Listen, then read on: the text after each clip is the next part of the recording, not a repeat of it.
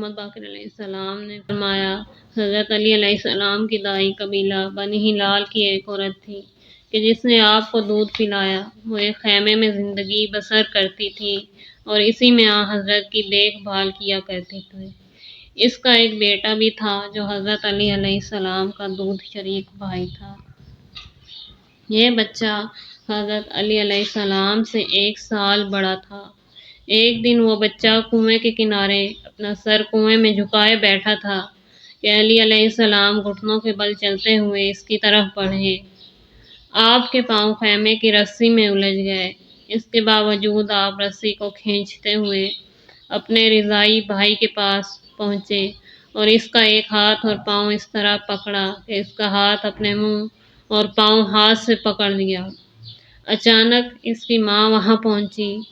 اس نے جب یہ ماجرا دیکھا تو فریاد بلند کی، اے قبیلے والوں، اے قبیلے والوں! یہ بچہ کس قدر مبارک ہے، اس نے میرے بچے کو کنویں میں گرنے سے بچا لیا۔ قبیلے کے لوگ دوڑتے ہوئے آئے اور دونوں بچوں کو کنویں کے کنارے سے پیچھے ہٹایا۔ وہ لوگ علی علیہ السلام کے کمسن ہونے کے باوجود ان کی طاقت پر حیران و ششدر رہ گئے کہ اس بچے نے خیمے کی رسی میں پاؤں الجھ جانے کے باوجود کس طرح سے اپنے آپ کو اس بچے تک پہنچایا اور اسے کنویں میں گرنے سے بچا لیا۔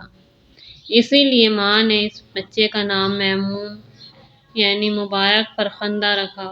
وہ بچہ قبیلہ بنی ہلال کے درمیان معلق میمون کے نام سے معروف ہوا، حتیٰ کہ اس کے بچے اب تک اسی نام سے معروف ہیں۔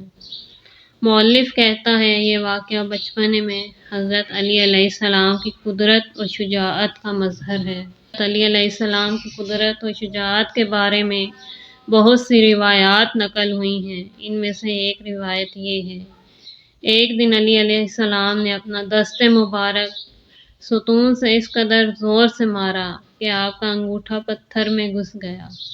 ابن عاشوب کہتے ہیں، وہ ستون کوفہ میں اب تک اسی حالت میں موجود ہے۔ اسی طرح موصل و تقریت اور کئی دوسرے شہروں میں آپ کے دست مبارک کے نشانات زیارت گاہ کے طور پر موجود ہیں۔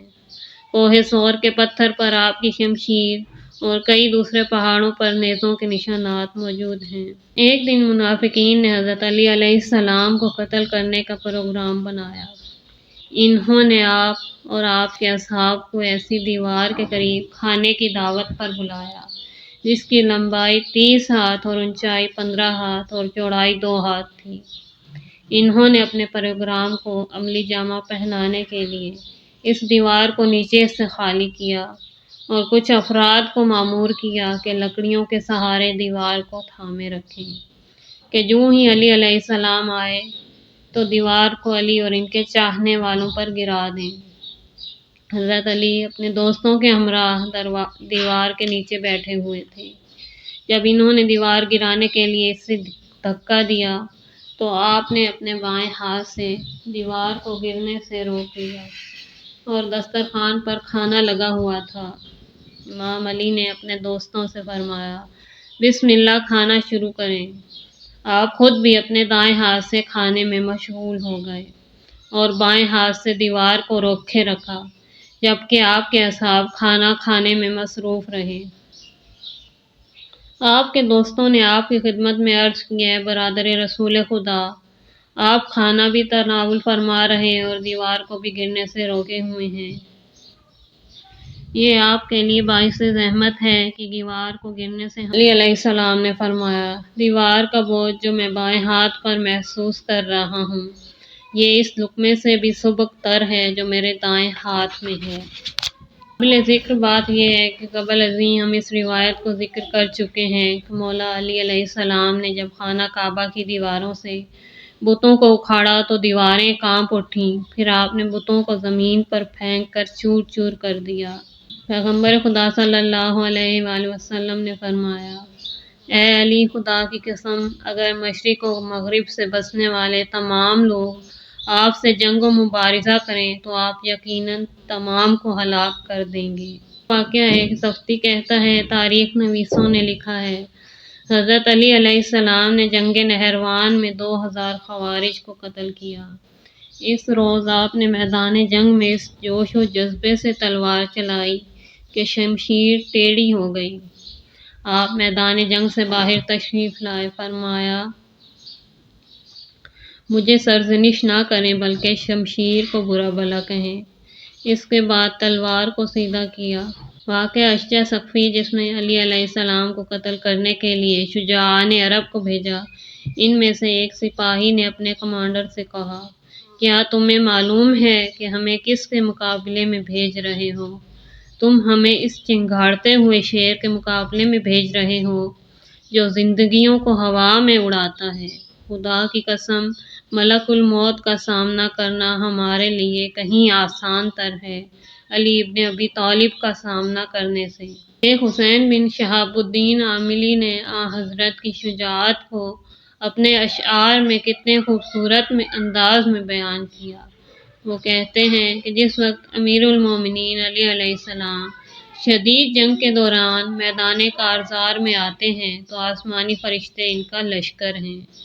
وہ دشمنوں کے سروں پر اس زور سے ہاشمی نعرہ لگاتے ہیں کہ یوں معلوم ہوتا ہے کہ سنگلاخ پہاڑوں کی چوٹیاں زمین بوس ہو جائیں گی۔ اسی طرح ایک اور واقعہ ہے۔ ایک دن رسول خدا صلی اللہ علیہ وآلہ وسلم نے حضرت علی کو ایک انگوٹھی عطا فرمائی کہ اسے انگوٹھیوں پر نام کندہ کرنے والے کے پاس لے جائیں تاکہ وہ اس کے نگینے پر خوبصورت تحریر میں محمد بن عبداللہ کندہ کریں۔ امیر المومنین علی علیہ السلام نے وہ انگوٹھی نام کندہ کرنے والے شخص کو دی اور اس سے فرمایا، اس انگوٹھی کے نگینے پر محمد بن عبداللہ لکھو۔ نام کندہ کرنے والے شخص سے اشتباہاً ہوا کہ اس نے محمد بن عبداللہ کے بجائے محمد رسول اللہ کندہ کر دیا۔ علی علیہ السلام آئے اور پوچھا انگوٹھی کہاں ہے؟ اس نے کہا یہ ہے۔ آپ نے انگوٹھی دیکھ کر فرمایا میں نے یہ تو نہیں کہا تھا۔ اس نے کہا آپ سچ کہہ رہے ہیں لیکن مجھ سے خطا ہو گئی۔ علی علیہ السلام رسول خدا صلی اللہ علیہ وآلہ وسلم کی خدمت میں حاضر ہوئے اور کہا، یا رسول اللہ، جو کچھ میں نے نگینہ ساز سے کہا تھا اس نے وہ کندہ نہیں کیا ہے، وہ کہتا ہے مجھ سے اشتباہ ہو گیا۔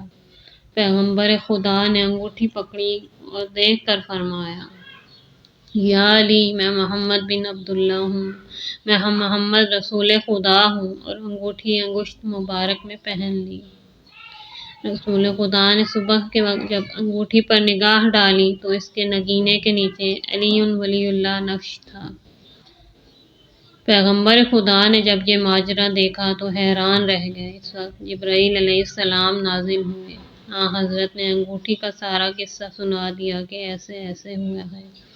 جبرائیل نے کہا، اے محمد، جو آپ نے چاہا تھا لکھا اور جو ہم نے ارادہ کیا ہم نے لکھا۔ امید ہے آپ کو ویڈیو پسند آئی ہوگی۔ اگر آپ کو ویڈیو پسند آئی ہے تو پلیز لائک کیجیے اور چینل کو سبسکرائب کیجیے اور کمنٹس کے ذریعے اپنی قیمتی رائے کا اظہار بھی کیجیے۔ اللہ حافظ۔